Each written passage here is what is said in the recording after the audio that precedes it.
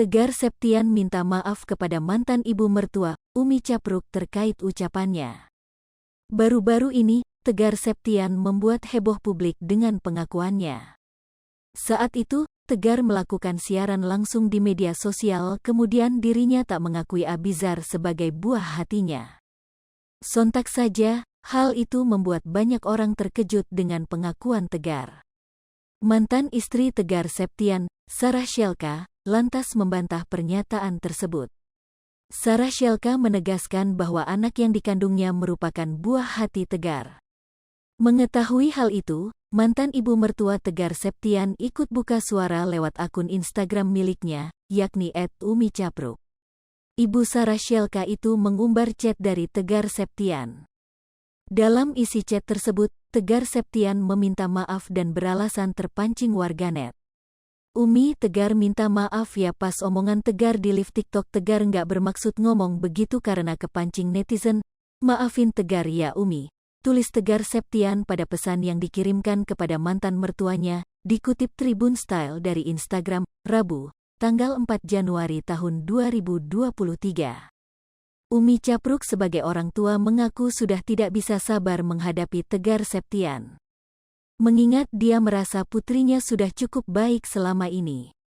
Waalaikumsalam, kamu yang ngomong Gar, sudah berapa kali kamu sakitin Sarah? Sarah masih terima kamu dengan tangan terbuka, balas Umi Capruk. Malah gini perlakuan kamu, bukan ke Sarah aja, ke Abizar juga.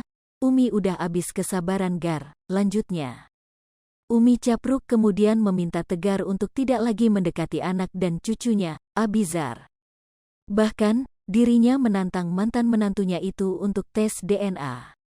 Kalau mau tes DNA yuk kita tes, mulai sekarang nggak ada hubungan kamu dengan Abizar, tulis Umi Capruk.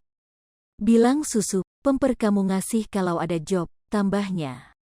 Nggak selalu Abizar butuh ada kan, nggak pernah maksa juga ke kamu, Mal. Ah, nanya Sarah suka ngasih nggak, ya ngasihlah ke anaknya, ungkap Umi Capruk. Mengakui kesalahannya, Tegar Septian sama sekali tidak memberikan bantahan. Ayah satu anak itu kemudian kembali meminta maaf. Baik Umi, sekali lagi Tegar minta maaf sedalam-sedalamnya, balas Tegar Septian.